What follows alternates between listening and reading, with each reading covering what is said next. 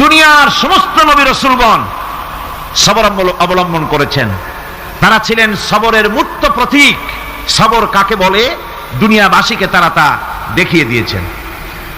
নিজ নিজ কওমের কাছ থেকে যখন কওমের কাছে নবীরা দাওয়াত দিয়েছেন, ইসলামের দ্বীনের দাওয়াত দিয়েছেন, তখনই কোরআনে কারিমে উল্লেখ করা হয়েছে অত্যাচারের মোকাবেলায় আম্বিয়ায়ে কেরাম যা বলেছেন সেটা হলো এই: ওয়ামা লানা আল্লা নাতাওয়াক্কালা আলাল্লাহি ওয়া ক্বাদ হাদানা সুবুলানা। আল্লাহ পাক বলেন, পয়গম্বররা বলেছেন আমরা আল্লাহর উপরে ভরসা করব না, তো কার উপরে ভরসা করব? তিনিই তো আমাদেরকে সঠিক পথ দেখিয়েছেন, সঠিক রাস্তা আমাদের দেখিয়েছেন, সুতরাং তার উপরেই তো আমরা ভরসা করব। ওয়ালানাসবিরান্না আলা মা আযাইতুমুনা ওয়া আলাল্লাহি ফালিয়াতাওয়াক্কালিল মুতাওয়াক্কিলুন। তোমরা আমাদের যে সব কষ্ট দাও, পীড়ন দাও, সেজন্য আমরা ধৈর্য অবলম্বন করব। তোমরা আমাদেরকে কষ্ট দিচ্ছ, আমরা ধৈর্য অবলম্বন করব আর ভরসা করব কেবলমাত্র তার উপরে যে আল্লাহ রাব্বুল আলামিন আমাদেরকে নবী করে পাঠিয়েছেন। সেই ভরসা করতে হলে সেই আল্লাহর উপরেই তো ভরসা করা উচিত। আমরা সেই আল্লাহর উপরে ভরসা করে আছি। তোমাদের যত খুশি আমাদের বিরুদ্ধে ষড়যন্ত্র করো, আমাদেরকে অত্যাচার করো। কোরআনে কারিমে হযরত হুদ আলাইহিস সালামের ঘটনা আল্লাহ রাব্বুল আলামিন এভাবে এনেছেন। তামাম এলাকার মানুষ তার বিরুদ্ধে ক্ষিপ্ত হয়ে গিয়েছে। সমাজের লোক, রাষ্ট্রশক্তি হযরত হুদ আলাইহিস সালামের উপর অত্যাচারের পাহাড় ভেঙে দিয়েছে। হযরত হুদ আলাইহিস সালাম একা মানুষ, সমাজের রাষ্ট্রশক্তির এই দুর্বিসন্ধি দেওয়ার ষড়যন্ত্রের চ্যালেঞ্জ তিনি গ্রহণ করলেন।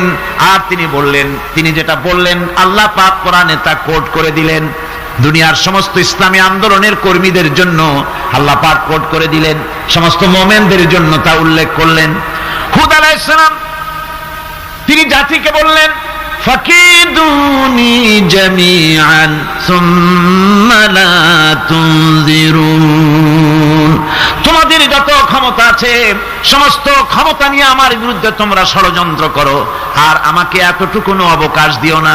আমি তো সেই আল্লাহ রাব্বুল আলামিনের উপরে ভরসা করেছি, যার কুদরতি হাতের ভিতরে আমার জান, আর গোটা পৃথিবীর সমস্ত প্রাণীর জান যার কুদরতি হাতের মধ্যে। যার হাতের ভিতরে গোটা পৃথিবীর সমস্ত জান, সে আল্লাহর উপরে ভরসা করেছি। যা খুশি তোমরা আমার বিরুদ্ধে করতে পারো। সুবহানাল্লাহ ওয়া বিহামদিহি। এটার নাম হলো ঈমান, এটার নাম সবর, এটার নাম ধৈর্য। এই ধৈর্য আসে ঈমানে কামেল হলে পরে এবং আল্লাহর উপরে পরিপূর্ণ বিশ্বাস হলে পরে। যদি কারো দিলের মধ্যে কথা বিশ্বাস থাকে যে আমার জন্য আল্লাহর পক্ষ থেকে যদি কোনো বুলেট নির্ধারণ করা থাকে, গোটা বিশ্ব যদি আমাকে পাহারা লাগায়, ওই বুলেট থেকে আমাকে বাঁচাইতে পারবে না। আর আমার জন্য যদি একটা বুলেট আল্লাহ কর্তৃক নির্ধারিত থাকে, তাহলে গোটা পৃথিবীর মানুষ চেষ্টা করেও সেই বুলেট থেকে আমাকে রক্ষা করতে পারবে না। এটার নাম হচ্ছে ঈমান। এই ঈমান যখন মানুষের মধ্যে সৃষ্টি হয়ে যায়, তখন সে বিপ্লবী শক্তিতে পরিণত হয়ে যায়। তার কাছে ভয় বলে কোনো জিনিস থাকে না, যেহেতু সে তো ভরসা করেছে এমন শক্তির কাছে যার চাইতে প্রচন্ড ক্ষমতা আকাশেও কারো নাই, জমিনেও। তিনি কে? জোরে চিল্লায় বলেন, তিনি কে? আমার বন্ধুগণ, রাসূল করিম সাল্লাল্লাহু আলাইহি ওয়াসাল্লাম হিজরতের রাতে সৌর পাহাড়ের গাড়ে সৌরের কাছে যখন চলে গেছেন, ফজরের রক্ত হয়ে হয়ে আসতেছে। হযরতে আবু বকর রাদিয়াল্লাহু তাআলা আনহু বলছেন, হে আল্লাহর রাসূল, এখন আর অগ্রসর হওয়া ঠিক হবে না, বেলা উঠে গেলে ধরা পড়ে যাব। এখানে গুহা আছে, ভিতরে প্রবেশ করি। হযরতে আবু বকর রাসূলের সম্মতি পেয়ে হযরতে আবু বকর রাদিয়াল্লাহু তাআলা আনহু বলছেন, ইয়া রাসূলুল্লাহ, পাহাড়িয়া গুহা, সাপ বিচ্ছু থাকতে পারে, আমাকে অনুমতি দেন, আমি আগে ভিতরে ঢুকে সাফ করে আপনাকে ডাকি। ভিতরটা সাফ করে তিনি ডাকলেন। রাসূল করিম ভিতরে ঢুকে বলছেন, আবু বকর, পাহাড় বেয়ে বেয়ে বড্ড কষ্ট হয়েছে, একটু বসো, তোমার উরুর উপরে মাথা রেখে আমি একটু ঘুমায়া যাই। আল্লাহর নবী আরাম ফরমাচ্ছিলেন। সকালবেলায় কাফির বেঈমানেরা যখন আস্তে আস্তে করে গুহা মুখে পৌঁছে গেছে, পায়ের চিহ্ন এখানে শেষ, তাদের নিশ্চিত ধারণা এর ভিতরেই নবীজি আছেন। বলছে বেরিয়ে আসো। একজন বলে নাই, আর একজন বলে আছে। এভাবে তাদের মধ্যে দ্বিমত হয়ে গেল। হযরত আবু বকর বলছেন, ইয়া রাসূলুল্লাহ, আমরা তো ধরা পড়ে গেছি, আমাদের তো আর উপায় নাই। এই গুহাটা এতই অগভীর, শুয়ে যদি হাঁটু উঁচু করা যায় উপর থেকে দেখা যায়, বসতে পরে মাথা দেখা যায়, ধরা তো পড়ে গেছি, উপায় নাই। আল্লাহর নবী তখন তার হাবিব, তার বন্ধুকে কি বললেন? বিশ্ববাসীর জন্য আল্লাহ পাক কোরআনে তা উঠায় দিলেন। নবীজি তার বন্ধুকে ডেকে বললেন, লা তাহজান ইন্নাল্লাহা মা'ানা। ও আমার সাথী, কোনো চিন্তা করো না, ভয় পেও না, শঙ্কিত হও না। আমরা মাইনরিটি নই, আমরাই মেজরিটি, কারণ আল্লাহ রাব্বুল আলামিন আমাদের সাথে আছেন। সুবহানাল্লাহ। এই চিন্তা, এই ধারণা যদি মানুষের মনের মধ্যে থাকে, তাহলে কখনোই তার মন দুর্বল হবে না, ঈমান দুর্বল হবে না। ভরসা করতে হবে আল্লাহর উপরে। আর বিপদ যত বড় পাহাড় সমান হয়ে আসুক, ধৈর্য অবলম্বন করতে হবে। ধৈর্য হচ্ছে মুমিনের সবচাইতে বড় গুণ। মুমিনের সবচাইতে বড় কোয়ালিটি কি? আমার বন্ধুগণ, কোরআনে কারিমে আল্লাহ রাব্বুল আলামিন গোটা বিশ্বের সমস্ত মুসলমানদের জন্য কোরআনে কারিমে আম্বিয়া আলাইহিমুস সালাম তাদের সবরের দৃষ্টান্তগুলি আল্লাহ নিজে তুলে ধরেছেন আমাদের ইবরতের জন্য, আমাদের শিখাবার জন্য, আমাদের সবক দেওয়ার জন্য। কোরআনে কারীম হযরত আইয়ুব আলাইহিস সালামের সবরের ঘটনা কোরআনে কারীম তুলে ধরেছে। হযরত আইয়ুব 18টি বছর পর্যন্ত রোগের মধ্যে পড়ে আছেন। এত অসুখ করেছে, এত রোগ, শরীর পচে গিয়েছে, গায়ে পোকা ধরেছে, দুর্গন্ধ হয়ে গিয়েছে, বিবিরা চলে গিয়েছে, ছেলে মেয়ে পাড়ার লোকেরা দূর দূর করে তাড়িয়ে দিয়েছে। এবার জঙ্গলের ভিতরে গিয়ে আশ্রয় নিয়েছেন। এমন অবস্থা হয়েছে, শরীর পচে পচে জিহ্বায় যখন পোকা ধরা শুরু করে দিল, হযরত আইয়ুব আলাইহিস সালাম তখন আল্লাহ রাব্বুল আলামিনের দরবারে এই প্রথমবারের মতো তিনি বললেন, রব্বুল আলামিন, হে আল্লাহ তাআলা, সমস্ত শরীর জড়জড়া হয়ে গিয়েছে, গায়ে পোকা ধরেছি, আমি কোনো কথা বলি নাই, আমি খামোশ থেকে জিকির আজগার করতেছিলাম। আয় আল্লাহ, এখন দেখি আমার জিহ্বায় পোকা ধরেছে, পোকা ধরা শুরু হয়েছে।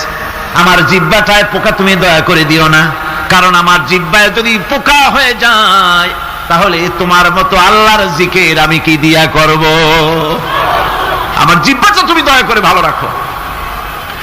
কোরআনে কারীম বলছি, ওয়া আইয়ুবা ইয নাদা রাব্বাহু ইন আন্নী মাসসানিয়াদ-দুররু ওয়া আনতা আরহামুর রাহিমিন। স্মরণ করো সেই সময়ের কথা যখন আইয়ুব তার রবকে ডেকে বলেছিল, আমি অসুস্থ আর তুমি তো রহমান রহিম, দয়াময়। ভাষাটা দেখেন কি সুন্দর। এর থেকে কি আল্লাহর আর কিছু বলা লাগে? আল্লাহ পাকের কাছে তিনি বলতেছেন, আল্লাহ, আমি তো অসুস্থ, আমি তো অসুখ করেছে আমার, আর তুমি তো দয়াময় রহমান রহিম। এক অন্ধ, ঈদের দিন কত অন্ধই তো আসে খরাত করার জন্য, ভিক্ষা করার জন্য, চতুর্দিকে ভিক্ষা করতেছে অন্ধরা।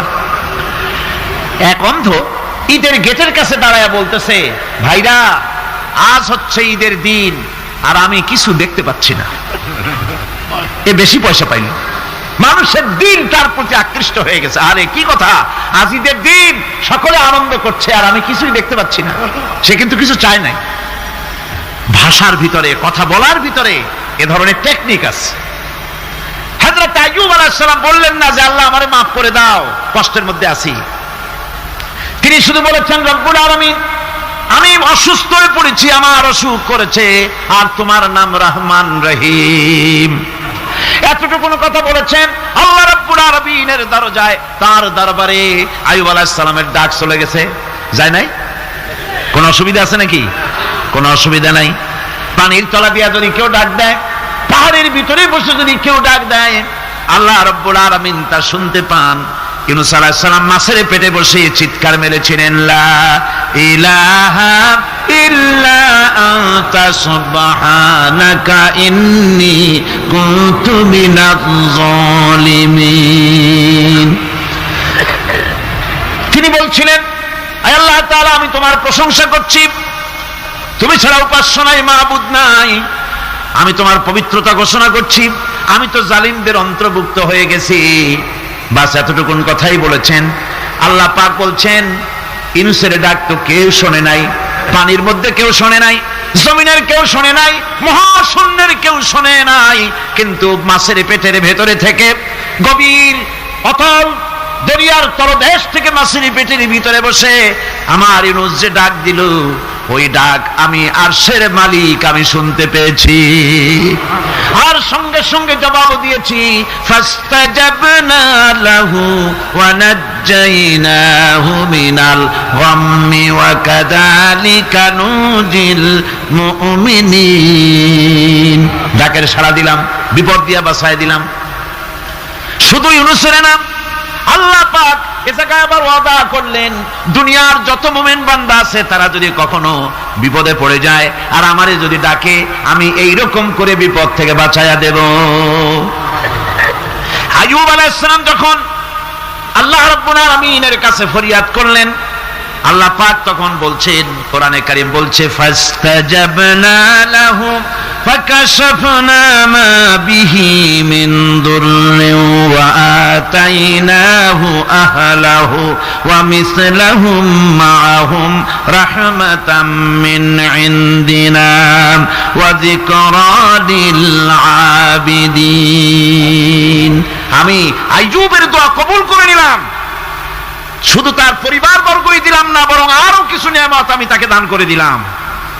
এবং তাই জন্য যেহেতু তারা ছিল আমার অনুগত বান্দা, আমার বাধ্যগত, আমি এই জন্য রহম করেছি, সমস্ত রোগ শোক আমি মাফ করে দিয়েছি।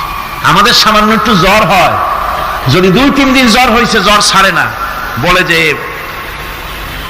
এত ভালো ভালো কাজ করি তারপর আমার এত জ্বর হওয়া লাগে, অমুকরা এত পাপ করে, তা তো কিছুই হয় না, খালি আল্লাহ আমার এই চোখে দেখলো, আমার বউর অসুখ, আমার অসুখ, অজু মুড়ি ছাড়ি না। ভাইরা, আপনি ঠিক পান না যে কি গুনাহ আপনি করেন। কোরআনে কারীম বলছি, ওয়ামা আসাবাকুম মিন মুসিবাতিন ফাবিমা কাসাবাত আইদিকুম ওয়া ইয়াফু আন কাসীর। যত বিপদ তোমাদের উপর আসে সব দুই হাতের কামাই করা, আর আমি তো অনেকগুলো ক্ষমা করে দেই। তোমরা যত পাপ করো, আকাম করো, সবগুলির শাস্তি যদি দুনিয়ায় দিতাম, শ্বাস করার সময় পেতে না। অসুখ হলেই অধৈর্য হয়ে যেও না, ধৈর্য ধরো। আল্লাহ পাক বলেন, শুধু আইয়ুব নয়, ওয়া ইসমাঈল ওয়া ইদরিস ওয়া যাল কিফলি কুল্লুম মিনাস সাবিরিন। এইভাবে করে ইসমাইল, ইদ্রিস, জুলকিফল সবাই ছিল ধৈর্যশীল। জোরে বলেন সুবহানাল্লাহ। ধৈর্যের চরম পরাকাষ্ঠা ছিলেন তিনি। কোরআনে কারীম নবীদের এই কথাগুলি আমাদের শোনাচ্ছেন। হযরত ইয়াকুব আলাইহিস সালাম কলিজার টুকরা সন্তান হযরত ইউসুফ আলাইহিস সালামের জন্য তার মনটা পাগল ছিল। এত সুন্দর করে আল্লাহ তারে বানাইছিলেন, এত তিনি ছিলেন সৌন্দর্যের পিরামিড, যারে দেখলে চোখ ফিরানো যায় না, এমন সুন্দর সুপুরুষ, যারে দেখি সেই যুগের সুন্দরী যুবতী মেয়েরা রূপের মোহে পড়ে নিজেদের আঙ্গুলগুলি কেটে ফেলে দিয়েছিল। রূপের মোহে এমন অবশ হয়ে গেছে, আঙ্গুল কেটেছে, হাত কেটেছে, টের পায় নাই। আবার ভুল বুঝবেন না, দুনিয়ার সেরা সুন্দর পুরুষ ইউসুফ আলাইহিস সালাম, তা কিন্তু রাসূলের চাইতে বেশি নয়। হযরত উম্মুল মুমিনিন আয়েশা রাদিয়াল্লাহু তাআলা আনহা তিনি বলেছেন, যেই সব সুন্দরী রমণীরা ইউসুফ আলাইহিস সালামকে দেখে রূপের মোহে পড়ে নিজেদের আঙ্গুলগুলো কেটে ফেলেছিল, ওরা যদি আমার হাবিবকে দেখতো, ওরা যদি আল্লাহ রাসূলকে দেখতো, তাহলে হাত কাটতে কাটতে কোন ফাঁকে যে কলিজা কেটে ফেলে দিত, ওরা টের পেত না। আমার বন্ধুগণ, হযরত আইয়ুব আলাইহিস সালাম সন্তানের মায়া, অন্যান্য ভাইরা হিংসায় পড়ে গেল, তারা নিয়ে তাকে কুয়ায় ফেলে দিল। সেখান থেকে তারা একটা ছাগল বা কোনো পশু জবাহ করে তার রক্ত মাখাইয়া জামা এনে হাজির করে দিল হযরত ইয়াকুব আলাইহিস সালামের সামনে, যে তারে নিয়ে খেলা করতে গিয়েছিলাম, আমরা খেলায় লিপ্ত ছিলাম, বাগে খাইয়া ফেলাইছে। এগুলি কি গপ্প? এগুলি কি কোরআন? আল্লাহ পাক শোনাচ্ছেন, বিশ্ববাসীকে শোনাইছেন। সূরা ইউসুফের চাইতে এত সুন্দর উপাখ্যান গোটা পৃথিবীতে আর নাই। সুবহানাল্লাহ। অনেকে ইউসুফ জুলাইখার কেসা খুব মজা করে পড়ে, ফুর্তি করে, প্রেমের গল্প পড়ে। এটা কোনো প্রেমের গল্প নয়। ইউসুফ আলাইহিস সালাম, জুলাইখা ইউসুফ আলাইহিস সালামের জন্য কাঁদতে কাঁদতে চোখ কানা হয়ে গেছে। এরপর ইউসুফ আলাইহিস সালাম জুলাইখারে পাওয়ার জন্য পাগল হয়ে গেছে। নাউজুবিল্লাহ, এটা হয়নি কখনো। তিনি আল্লাহর পয়গম্বর। আর আল্লাহ কেমনে তারে বাঁচিয়েছেন? যখন জুলাইখা ঘরের ভিতরে সুন্দর করে যৌন উন্মাদনামূলক চিত্র অঙ্কিত করে ঘরের মধ্যে আটকায় দিয়েছে, তালা লাগায় দিয়েছে, আর নিজে যৌন উদ্দীপক কাপড় চোপড় পরেছে না পরার মতোই। সে যুগের সুন্দরী মেয়ে জুলাইখা। তার কুপ্রবৃত্তিকে চরিতার্থ করার জন্য আহ্বান করা হয়েছে। হযরত ইউসুফ আলাইহিস সালাম লক্ষ্য করে দেখলেন এমন জায়গা, এখান থেকে পালাবার তো পথ নাই, দরজা বন্ধ করে দিয়েছে। তিনি শুধু তখন কেবলমাত্র আল্লাহ রব্বুল আলামিনকে ভয় করলেন। আল্লাহকে ভয় করে আল্লাহর নাম নিয়ে যখন তালাবদ্ধ দরজার দিকে দৌড় দিয়েছেন, আল্লাহ রব্বুল আলামিন আপন কুদরতে তালাগুলি খুলে দরজা তার জন্য উন্মুক্ত করে দিলেন। ইউসুফ আলাইহিস সালামকে ফালাই দিয়ে এভাবে করে কাপড় এনে দিল তার সামনে। রক্তমাখা কাপড় পেয়ে হযরত ইয়াকুব আলাইহিস সালাম সন্তানদের মুখে কাহিনী শুনে তিনি কি বললেন? কোরআনে কারীম তা কোট করেছে। তিনি চিক দিলেন না, ফাল দিলেন না, ফিট হয়ে পড়লেন না। তিনি বললেন, কলিজার টুকরা সন্তান, কার মরার খবর শুনেছেন? তিনি বললেন কি? ফাসাবরুন জামিলুন ওয়াল্লাহুল মুস্তাআনু আলা মা তাসিফুন। আমি উত্তম সবর অবলম্বন করব। তোমরা যে কাহিনী রচনা করেছো এর বেলায় আমি আল্লাহর কাছে সাহায্য চাই। আমি উত্তম সবর অবলম্বন করব। আমার ভাইয়েরা, 11 ভাই মনে করেছিল ইউসুফ আলাইহিস সালামকে মরণ কুয়ায় ফালাই দিছি। তারা তো ঠিক পায় নাই এটা মরণ কুয়া না, এটা হচ্ছে একটা সুড়ঙ্গ, যাকে ইংরেজিতে বলে টানেল। এটা এমন একটা সুড়ঙ্গ, ওরা মনে করেছে মরণ কুয়া। কিন্তু আল্লাহ রাব্বুল আলামিন এই কুয়াতে এমন বানালেন, ওরা একদিকে ফালাই দিল মরণ কুয়ায়, এই কুয়ার আরেক মুখ দিয়া আল্লাহ রাব্বুল আলামিন ইউসুফ আলাইহিস সালামকে নিয়ে মিশরের সিংহাসনে বসায়া দিলেন। এটা মরণ কুয়া নয়, এটা রাজ সিংহাসনে বসার সুড়ঙ্গ পথ। ইউসুফ আলাইহিস সালাম আজ প্রেসিডেন্ট। সুবহানাল্লাহ। প্রেসিডেন্ট হয়ে বসে আছেন। ওদিকে কেনানে অভাব লেগে গেছে, সেখানকার মানুষেরা সাহায্য নিতে এসেছে। ওই 11 ভাইও আসছে। হযরত ইউসুফ আলাইহিস সালাম দেখেই চিনে ফেলেছে। ওরা কিন্তু তখনও ঠিক পায় নাই। হযরত ইউসুফ আলাইহিস সালাম চিনে ফেলেছেন। এখন কি করা উচিত? সবগুলাকে ঠ্যাং উপরের দিকে উঠাইয়া তারপরে সমানে ধোলাই দেওয়া হইতো স্বাভাবিক ছিল, আমাদের মতো মানুষ হইলে। ঠিক কিনা? ঠিক তো বলবেনি, অভ্যাস তো এটাই। হযরত ইউসুফ আলাইহিস সালাম তাদের সামনে পরিচয় দিলেন। তারা যখন বুঝতে পারল, লজ্জায় তাদের মাথা হেট হয়ে গেল।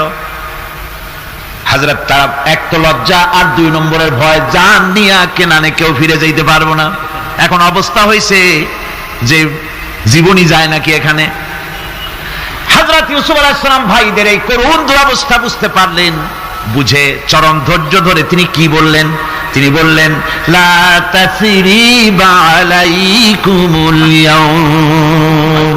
ও ভাইরা, তোমাদের বিরুদ্ধে আমার কোনো ক্ষোভ নাই, দুঃখ নাই, বিদ্বেষ নাই, হিংসা নাই, আল্লাহর রাস্তায় মাফ করে দিলাম। সুবহানাল্লাহ। এর নাম পয়গম্বর। এর নাম কি? পয়গম্বর। কিসের লেনিন, কিসের মার্কস? জওয়ানেরা, ভুল পথে মানুষ চলেছিল। আলহামদুলিল্লাহ, আল্লাহ এগুলারে ডাস্টবিনে ফালাই দিছে। কারণ আলহামদুলিল্লাহ, আলহামদুলিল্লাহ। পয়গম্বর কারে বলে পয়গম্বর, কি চরিত্র! রাসূল করিম সাল্লাল্লাহু আলাইহি ওয়াসাল্লাম তাকে একজন সাহাবী বলছিলেন, হুজুর বলছেন এই কামটা করলা না কেন? সাহাবী বললেন, হুজুর আপনি যদি চোখের ইশারায় বলতেন মুখ দিয়ে না কইয়া, তাও তো আমি কামটা করে ফেলতাম, আমি তো বুঝি নাই। হুজুর বললেন, চোখের ঠারে ঠারে কাজ করা নবুয়তের শান নয়। আল ওয়াদুহু ওয়াস সারাহা, নবীরা যা করেন তা ডাইরেক্ট, কোনো বক্রতা নাই, স্পষ্ট কথা। আমার ভাইরা, হযরত ইউসুফ আলাইহিস সালাম বিনিয়ামিনকে কাছে নিয়ে পরিচয় দিলেন তার ভাইদের সামনে। কোরআনে কারীম বলছে, ক্বালা আনা ইউসুফ ওয়া হাযা আখি قد من الله علينا إنه من يتقي ويصبر فإن الله لا يضيع أجر المحسنين। আমি ইউসুফ আর এই হচ্ছে আমার ভাই। আল্লাহ আমাদের উপর ইহসান করেছেন। প্রকৃতপক্ষে যারা আল্লাহকে ভয় করে এবং সবর এখতিয়ার করে, আল্লাহ এভাবে তাদেরকে তাদের আমলকে নিষ্ফল হতে দেন না। আমার এই জামাটা নিয়ে যাও। হযরত ইয়াকুব আলাইহিস সালাম কলিজার টুকরা সন্তান ইউসুফ আলাইহিস সালামের বিরহ যন্ত্রণায় ছেলেকে কতদিন দেখে না, কাঁদতে কাঁদতে চোখ দুটো অন্ধ হয়ে গেছে। মিশর থেকে কেনানের দিকে জামা রওনা হয়েছে। কোথায় মিশর, কোথায় কেনান? জামা যখন রওনা হয়ে গেছে, হযরত ইয়াকুব বলতেছেন, আমি যেন আমার ইউসুফের গন্ধ নাকে পেতেছি। জামা চলে এলো, চোখের উপরে রাখলেন, আল্লাহ রাব্বুল আলামিন তাকে চক্ষুষ্মান বানায়া দিলেন। ভাইরা আমার, পয়গম্বরেরা সবর করে গোটা দুনিয়ার মানুষের সামনে দৃষ্টান্ত সেট করেছেন সবর কারে কয়। আমার ভাইরা, হযরত ইব্রাহিম আলাইহিস সালামের কথা আল্লাহ পাক কোরআনে কারিমে বলছেন সবর কারে কয়। দেখো, শেখো সবর কারে কয়। আল্লাহ পাক বললেন, ইব্রাহিম তোমার বিবি আর তোমার নবজাতক এই সন্তানকে রেখে আসো মক্কা নগরীতে। তিনি চলে গেলেন। সেখানে ঘর নাই, বাড়ি নাই, কিচ্ছু নাই, চতুর্দিকে ধুধু বালু আর মরুভূমি। হযরতে হাজরা বলছেন, ইব্রাহিম সামান্য পানি আর খাবার দিয়া আমার সন্তান শুদ্ধ এখানে রেখে যেতেছো, আমি কি অপরাধ করেছি? কোনো জবাব নাই। দুইবার তিনবার বলার পরে হাজরা বলছেন, ইব্রাহিম গো, তবে কি আমার আল্লাহর হুকুম মতো আমারে রেখে যাচ্ছ নাকি? হযরত ইব্রাহিম আকাশের দিকে আঙ্গুল উঁচু করলেন। কথা বলবেন, বাক শক্তি বেরোচ্ছে না। 80 বছর বয়সের সময় একটা বাচ্চা আল্লাহ তারে দিছেন। আর এমন বাচ্চা, পয়গম্বরের ছেলে, কি সুন্দর চেহারা, মরুভূমির উপরে ফালাই দিয়ে রওনা হয়ে যাচ্ছেন। মুখ দিয়া কথা সরছে না, আকাশের দিকে দেখালেন। হযরত হাজরা বুঝতে পারলেন। হযরত হাজরা বলেন, ইব্রাহিম কোনো চিন্তা নাই, নিশ্চিন্ত মনে বাড়ি ফিরে যাও। আমি আমার আল্লাহর উপরে এতটা ভরসা করে আল্লাহর হুকুমে যদি আমার এখানে রেখে যেয়ে থাকো, ওই আল্লাহ পাক আমাকে আর আমার কলিজার টুকরা ইসমাইলকে পানিতে আর খাবারে মারবেন না, অবশ্যই তিনি ব্যবস্থা করবেন। ব্যবস্থা হয়ে গেল। হযরত ইসমাইল বড় হয়ে গেলেন। আল্লাহ পাক অর্ডার করলেন, জবাই করো ছেলেকে। হযরত ইব্রাহিম আলাইহিস সালাম যখন জবাহের প্রস্তাব করলেন, হযরত ইসমাইল তা আপত্তি করতেন, বাবাজি আমার মায়ের আর আমাকে বাচ্চা অবস্থায় ফেলে গেলেন, খাবার দেন নাই, পরার দেন নাই, বছরের পর বছর আমাদের এখানে কাটলো, দেখতেও আসেন নাই, আজ আসছেন জবাব দিতে, এটা কেমন কথা? কি ধরনের বাপ আপনি? এরকম বলছে নাকি? এরকম বলছে? হযরত ইব্রাহিম আলাইহিস সালাম প্রস্তাবটা কিভাবে পারলেন? আল্লাহ পাক কোরআনে কারিমের দৃষ্টান্ত রেখে দিয়েছেন।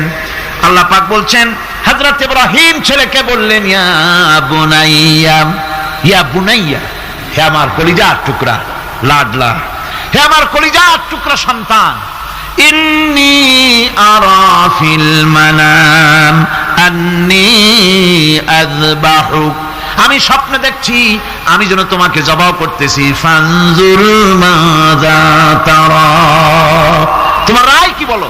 আমি তো স্বপ্নে দেখছি যে আমি তোমার জবাই করতেছি, এখন তোমার রায় কি, তোমার মত কি? হযরত ইসমাঈল আলাইহিস সালাম শুনিয়ে দিলেন দৌড় নাকি? না,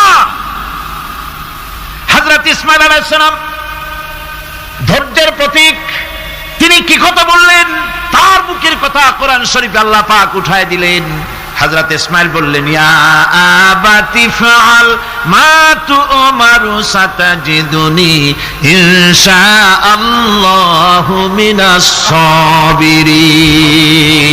হে আমার পিতা, আপনি যে ব্যাপারে আদিষ্ট হয়েছেন আপনি তা পালন করুন, অবশ্যই আমাকে ধৈর্যধারীদের মধ্যে পাওয়া যাবেন। সুবহানাল্লাহ।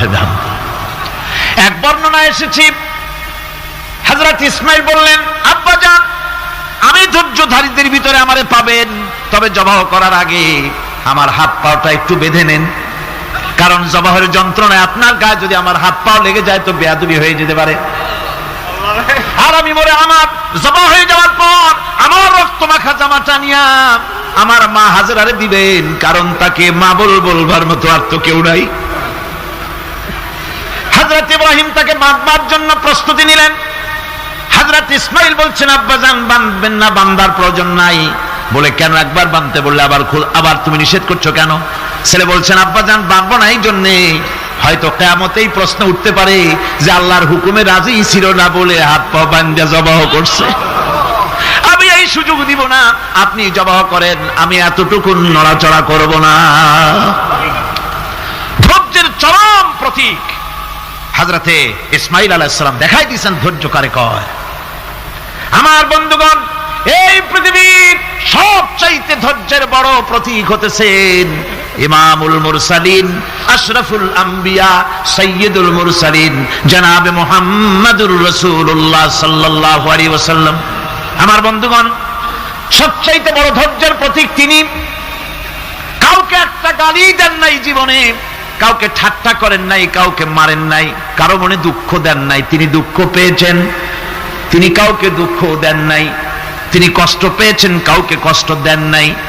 আমার ভাইয়েরা, তায়েফের ময়দান, আমার নিজের চোখে তায়েফে যেদিন আমি তায়েফ দেখলাম, আমি তায়েফে ঢুকেছি, জীবনে কোনোদিন যাই নাই। রমজান মুবারকে আমি সেখানে গেলাম, আমাকে বসার জন্য তারা নিয়ে যাবে। আমি বললাম আগে বসবো না, আমারে আগে নিয়ে যাও, আমার নবীকে কোন জায়গায় ওরা মেরেছিল সে জায়গাটা দেখাও। তায়েফের সেই গলিতে যখন আমি গিয়েছি, দুই দিকে পাহাড় দাঁড়ানো, তায়েফের লোক আমার সাথে ছিল, তারা বলল এই জায়গাটা প্রথম যেখানে চতুর্দিক থেকে নবীজিকে পাথর মারছিল আর আল্লাহর নবী বেহুশ হয়ে পড়ে গিয়েছিলেন। 3টা দিন না খাওয়া, হযরতে খাদিজা নাই, আবু তালিব নাই, মক্কায় জায়গা নাই পা রাখার। নবীজি 3টা দিন ঘুরলেন। নেতারা বলল, তুমি যদি নবী হবে তো এতিম হলে কেন? আল্লাহ নবী বানাবার জন্য কি একটা ধনী মানুষ পায় নাই? তোমার মতো এতিম আর গরিবের নবী বানাইলো কেন?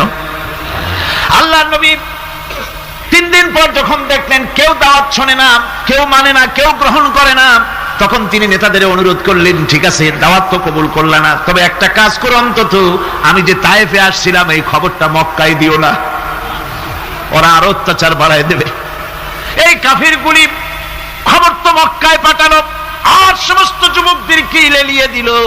যুবকেরা চতুর্দিকে দাঁড়াইছে, রাসূলকে পাথর মারা শুরু করে দিল। আমি যখন রেল লাইনের থেকে হাঁটি, যখন রেল লাইন কোনো সময় দেখি, রেলের পাথরগুলি, রেল লাইনের পাথরগুলি দেখলেই আমার মাথায় যেন কেন তায়েফের কথা মনে এসে যায়। আরে মানুষের গায়ে পাথর মারলে কি অবস্থার সৃষ্টি হয়! পাথর নূরের শরীর, রহমতের শরীর, কেটে কেটে রক্ত ঝরছে। অনুমতি দিয়া দেন এই 2 পাহাড়কে মিলাইয়া সমস্ত তায়েফবাসী কাফেরগুলি মাটির সাথে মিশাইয়া দেই। নবীজি বললেন, জিবরাইল আমি যদি হুকুম করি আর আমার হুকুম মতো যদি এই কাম করো, একটা কাফেরও যদি না বাঁচে তাহলে কার মুখে পৌঁছাবো লা ইলাহা ইল্লাল্লাহু মুহাম্মাদুর রাসূলুল্লাহ। আমার ভাইরা, হুজুর সাল্লাল্লাহু আলাইহি ওয়াসাল্লাম উঠে বসলেন। এমন সময় হযরতে যায়েদ শরীরের রক্তগুলি মুছে দিতেছেন। হুজুর সাল্লাল্লাহু আলাইহি ওয়াসাল্লাম বসে 2খানা হাত উত্তোলন করলেন। নবীজির চোখ থেকে পানি গড়ায় পড়তেছে। আরে কেউ নাই, আল্লাহ ছাড়া কেউ নাই সাহায্য করার। নবীজি হাত তুলে মুনাজাত করতেছেন, চোখ দিয়া পানি পড়ে দাড়ি ভিজে পড়তেছে, গায়ে দিয়া রক্ত ঝরতেছে। নবীজি কি দোয়াটা করলেন? বদদোয়া করলেন না, গজব দিতে বললেন না। নবীজি দোয়া করলেন, রব্বুল আলামিন, এই তায়েফের লোকেরা আজকে আমার সাথে যে ব্যবহারটা করেছে, ওরা বোঝে নাই যে আমি তোমার নবী, ওরা বোঝে নাই যে আমি তোমার রাসূল, না বুঝে আমার উপরে যে অত্যাচারটা করলো, আল্লাহ তুমি এই জন্য রাগ করে এই তায়েফে তুমি গজব দিও না। আল্লাহ পাক পরবর্তী সময় হুজুরকে স্মরণ করাই দিলেন, ওয়া মা আরসালনাকা ইল্লা রাহমাতাল লিল আলামিন। ও নবী, আপনি হচ্ছেন আমার সমস্ত সৃষ্টি জগতের জন্য আপনি আমার রহমত, আমার গোটা বিশ্বের জন্য আপনার, আমার সৃষ্টি জগতের জন্য আপনি আমার করুণা। একটা লোক রাসূলের এই কষ্ট দেখে বাগান থেকে এক গ্লাস আঙ্গুরের শরবত এনে হাজির করেছে। এত কষ্টের পর 3 দিনের না খাওয়া আঙ্গুরের একটা শরবত পাইয়া হুজুর খুব খুশি হলেন। শরবত গ্লাস পান করে হুজুর বলছেন, তোমার নাম না আত্তাস? তিনি বলছেন, হ্যাঁ হুজুর, আমার নাম আত্তাস। তোমার বাড়ি না ইউনূস আলাইহিস সালামের গ্রামে? বলে, হ্যাঁ আমার বাড়ি সেই গ্রামে। তা আপনি কি করে জানলেন আমার নাম আত্তাস আর আমার বাড়ি ইউনূস আলাইহিস সালামের গ্রামে? আপনি জানলেন কি করে? হুজুর বললেন, আমি নবী, হযরত ইউনূস নবী, একজন নবীর খবর আর একজন নবীর কাছে থাকে। রাসূল করিম সাল্লাল্লাহু আলাইহি ওয়াসাল্লাম সবর ইখতিয়ার করেছিলেন, ধৈর্য অবলম্বন করেছিলেন, আর আল্লাহ পাক তাকে নির্দেশ করেছেন, সবর করো। ওয়াত্তাবি' মা ইউহা ইলাইকা ওয়াসবির হাত্তা ইয়াহকুমাল্লাহ। তুমি কেবল সেই জিনিসের অনুসরণ করো যা আমি তোমার প্রতি অবতীর্ণ করেছি, আমি আপনার উপরে যেটা অবতীর্ণ করেছি ওটার অনুসরণ করুন, আর সবর ইখতিয়ার করুন যতক্ষণ না আল্লাহর পক্ষ থেকে চূড়ান্ত ফয়সালা না আসে। ধৈর্য ধরুন, ধৈর্য ধরুন। আমার ভাইরা, কাফেরদের নির্যাতনের মোকাবেলায় আল্লাহ পাক তার হাবিবকে সান্ত্বনা দিয়েছেন। যখন কাফেররা নির্যাতন করতেছে, আহারে, হযরতে বেলাল নির্যাতিত, হযরতে সুমাইয়া নির্যাতিতা, হযরতে খাব্বাব, হযরতে খুবাইব, হযরতে আম্মার রিদওয়ানুল্লাহি তাআলা আলাইহিম আজমাইন, এত মার হতেছে। হযরতে ওমর হযরতে খাব্বাব রাদিয়াল্লাহু তাআলা আনহুকে খোলা গায়ে দেখে বলছিলেন, খাব্বাব রে, তোমার পিঠে এত গর্ত কেন? এত গর্তওয়ালা পিঠ তো আমি মানুষের দেখি নাই, এত চিকুন কোমরওয়ালা মানুষও তো দেখি নাই। তিনি বলেছেন, ওমর তুমি কি ভুলে গেছো? ইসলাম কবুল করার অপরাধী কাফির বেঈমানেরা আগুন জ্বালায়া আংটা আগুনের উপরে আমাকে চিৎ করে শোয়াছে, আমি যেন নড়াচড়া করতে না পারি সেজন্য আমার বুকের উপরে পাথর চাপা দিয়ে রেখেছিল। গায়ের চর্বি আর রক্ত গলে গলে পড়ে আগুন নিবেছে, আর আগুন গোশত পুড়ে যে পিঠের মধ্যে প্রবেশ করেছিল আজও পর্যন্ত পিঠের সেই গর্ত সেরে যায় নাই। এভাবে অত্যাচার হচ্ছিল সাহাবীদের উপরে। আল্লাহ রাব্বুল আলামিন তার হাবিবকে সান্ত্বনা দিলেন, ওয়াসবির ওয়া মা সাবরুকা ইল্লা বিল্লাহি ওয়া লা তাহজান আলাইহিম ওয়া লা তাকু ফি যায়কিম মিম্মা ইয়ামকুরুন। হে রাসূল, সবরের সাথে কাজ করতে থাকুন। আপনার এই সবরের তৌফিক তো আল্লাহই দিয়েছেন, আর ওদের সমস্ত ষড়যন্ত্র, ওদের অপকৌশলে আপনি দুঃখিত হবেন না, চিন্তা করবেন না, ভারাক্রান্ত হবেন না, আপনি নিশ্চিত থাকুন। ওয়াসবির লিহুকমি রাব্বিকা ফাইন্নাকা বিআয়ুনিনা।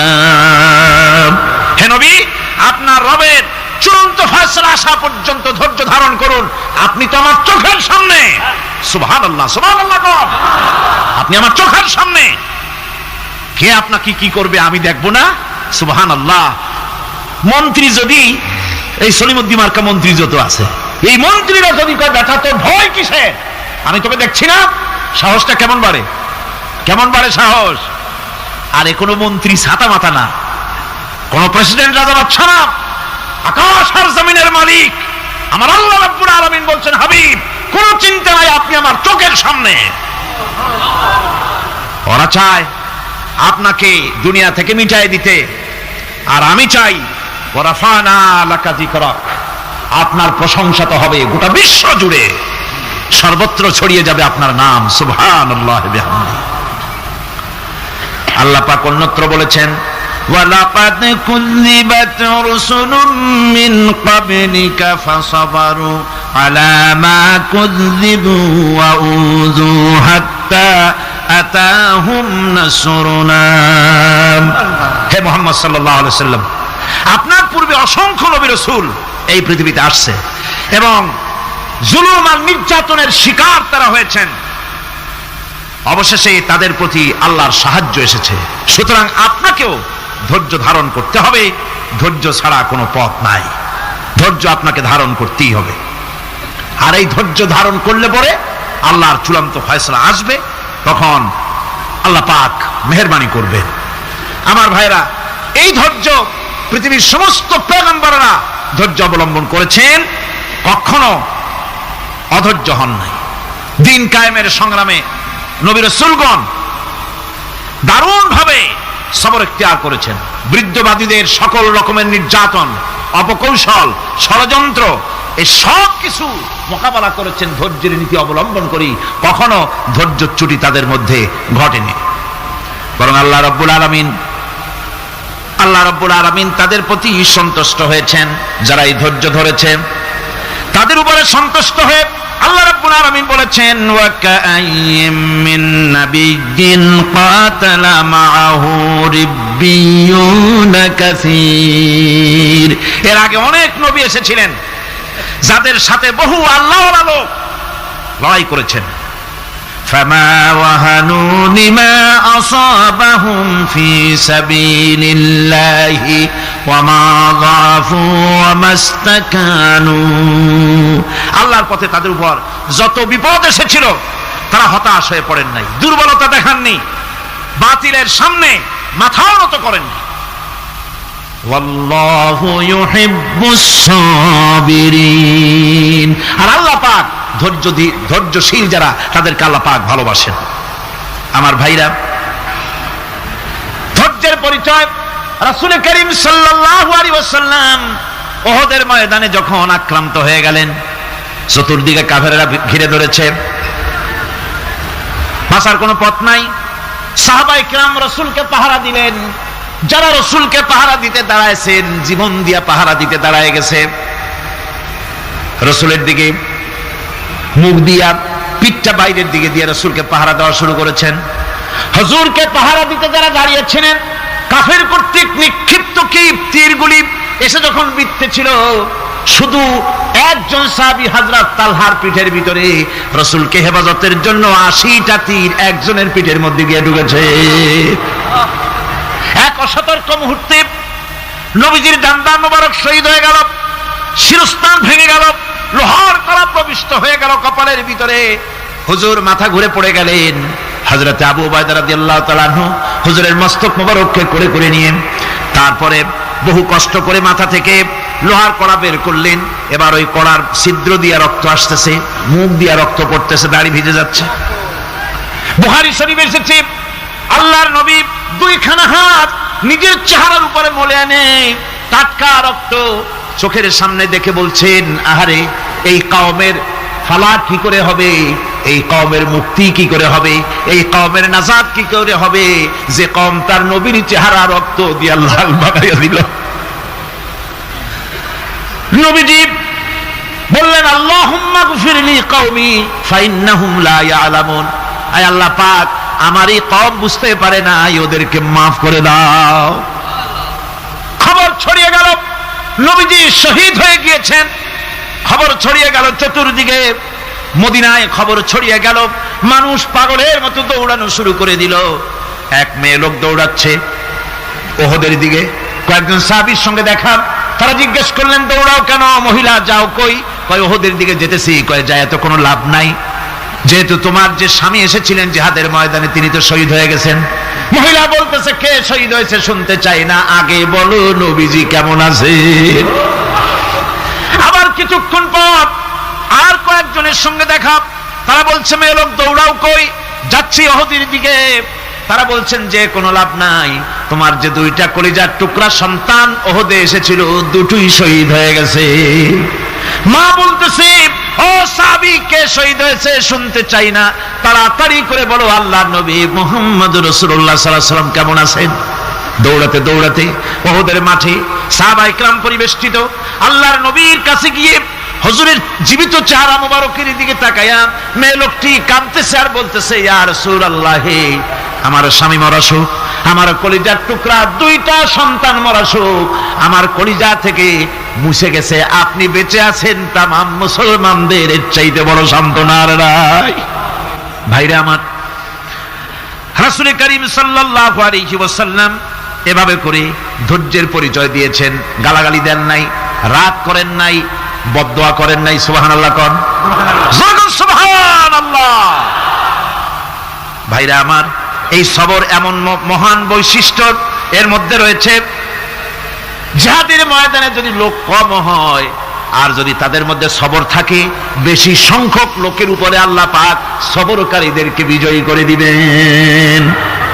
কোরআনে কারীমে রব্বুল আলামিন বলেন, কাম মিন ফিয়াতিন কালিলাতিন গালাবাত ফিআতান কাসীরাতাম বিইذনিল্লাহ আল্লাহু মা'আস সাবিরিন।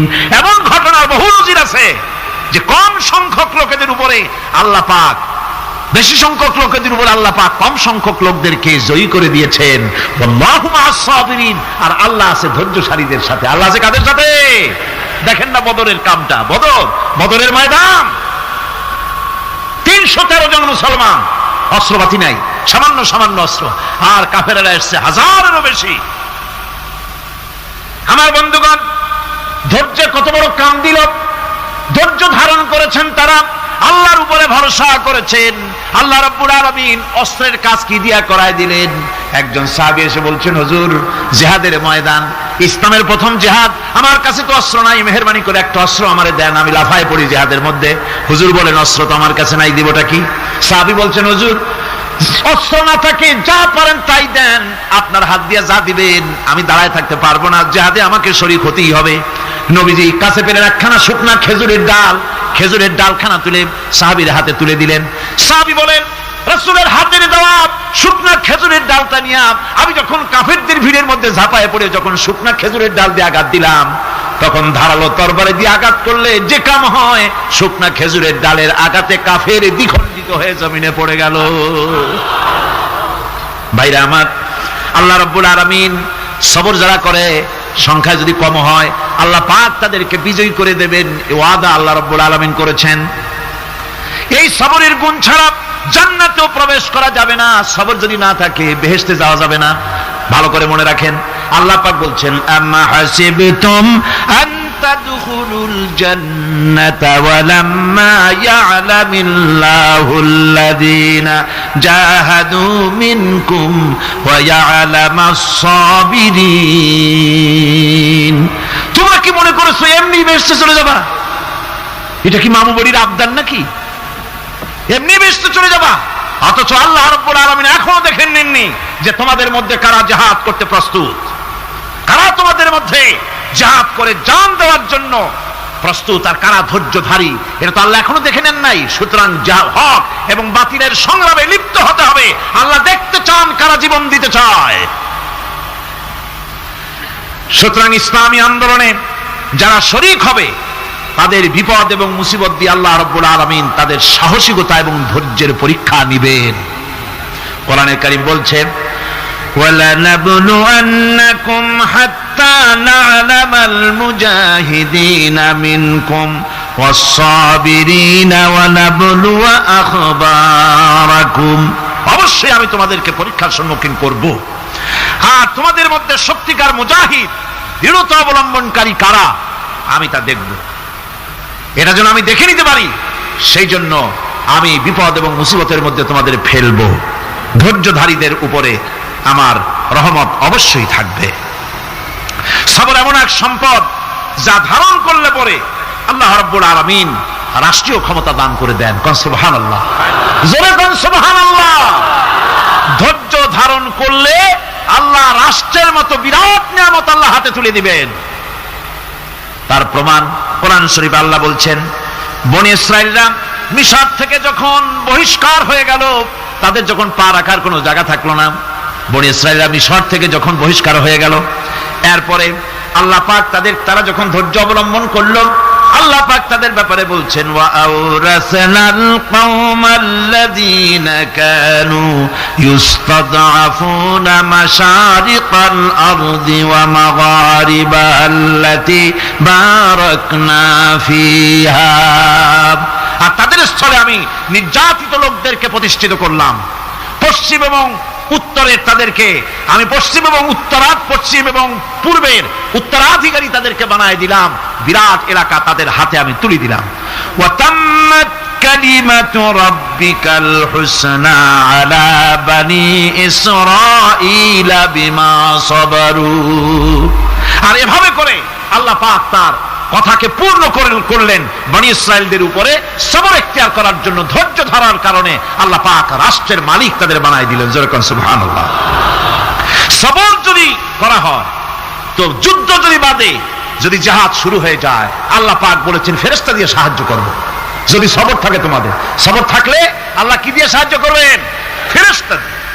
কোরআনে কারীম বলছে বালা ইন তাসবিরু ওয়া তাত্তাকু ওয়া ইয়াতুকুম মিন ফাওরিহিম হাযা ইউমদিদুকুম রাব্বুকুম বিখামসাতি আলাফিন মিনাল মালাইকাতি মুসাউমিমিন।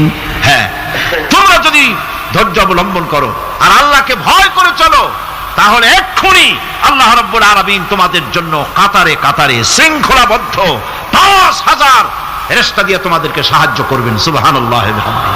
তোমাদেরকে ফেরেশতা দিয়ে সাহায্য করা হবে। তোমরা যদি সবর ইখতিয়ার করো, তাহলে সংখ্যা যদি কম হয়, বেশি সংখ্যার উপরে জয়ী করে দেব।